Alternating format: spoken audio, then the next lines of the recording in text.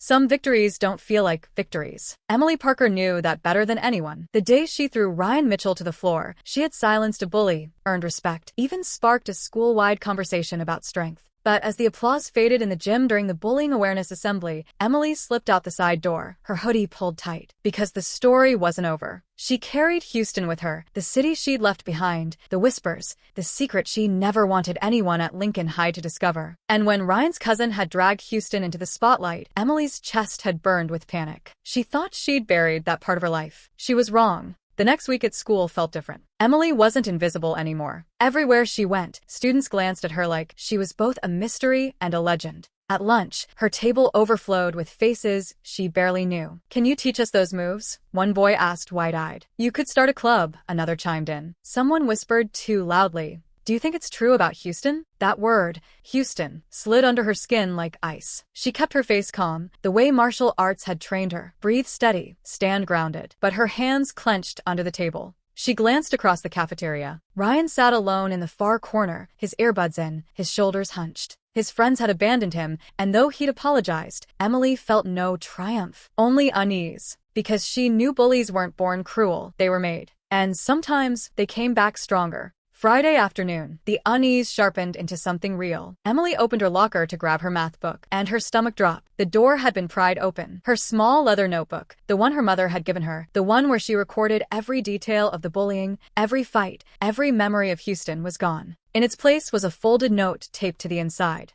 "Houston wasn't your first fight. How long before everyone finds out the truth?" Emily's breath caught. Her notebook wasn't just a diary. It was proof. Proof of everything she wanted to keep buried. The night in Houston that had forced her family to move. And now, someone else had it. That night at home, Emily sat on her bed staring at the blank wall. The notebook was more than paper. It was her safety, her memory, her voice when she couldn't speak. Losing it felt like losing control. Her mom knocked softly and stepped in. "You're quiet tonight," she said, concern flickering in her eyes. Emily hesitated. She had promised not to burden her mom with more worries. But her throat tightened. "Someone took my notebook," she whispered. Her mom's expression shifted from concern to steel. "Emily, that book has everything in it. We can't let anyone twist your story." Emily nodded, her chest heavy. "What if people find out about Houston?"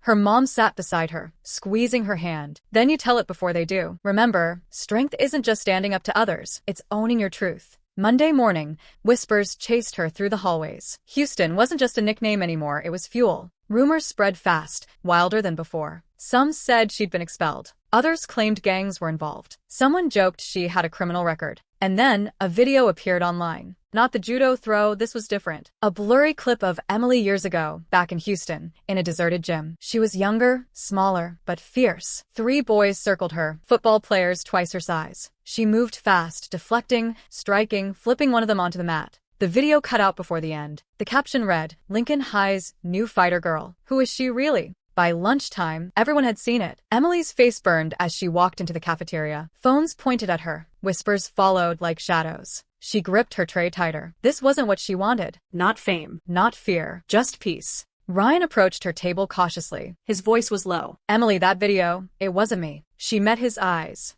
For the first time, there was no arrogance there, just guilt, regret. "Then who?" she asked. He shook his head. "I don't know, but someone wants you exposed." The following days blurred together. Emily tried to stay focused, but the whispers dug deep. Teachers eyed her differently. Students either avoided her or crowded her with questions. The notebook still hadn't resurfaced. And then came the note slipped into her locker. "Meet me at the old gym after school if you want her notebook back. Don't bring anyone." Emily's pulse hammered. It was a trap, she knew that, but she couldn't ignore it. When the final bell rang, she walked through the empty halls, her sneakers squeaking on the polished floor. The old gym smelled of dust and echoes. At first, it looked empty. Then a shadow moved. Out stepped Jordan Blake, Ryan's former friend. He smirked, holding her leather notebook loosely in his hand. "Looking for this?" Emily's chest tightened. Jordan had always laughed the loudest at Ryan's jokes, always lingered near trouble. Now his eyes gleamed with a hunger for attention. "Why?" Emily asked, her voice steady despite the fear swirling inside.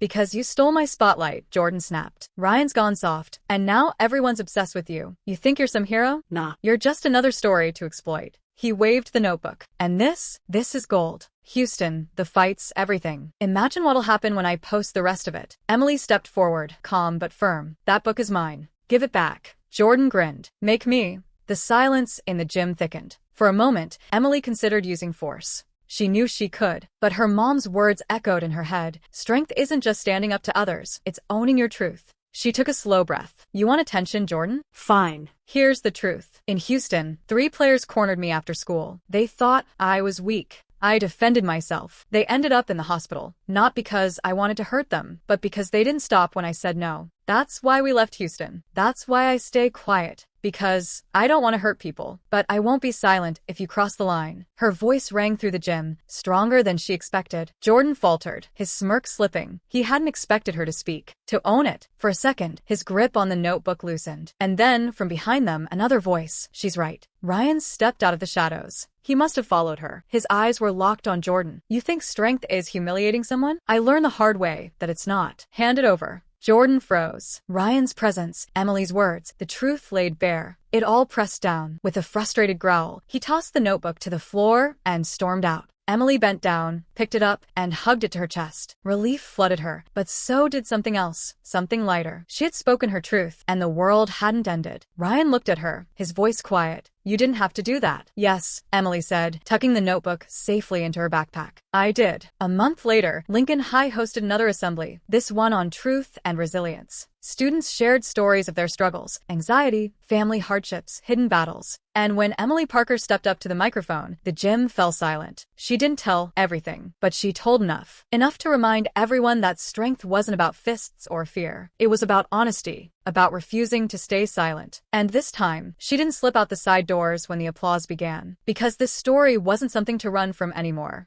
Emily's fight was never just about bullies. It was about finding her voice. And once she spoke, she discovered that sometimes the scariest shadows fade the moment you shine a light on them.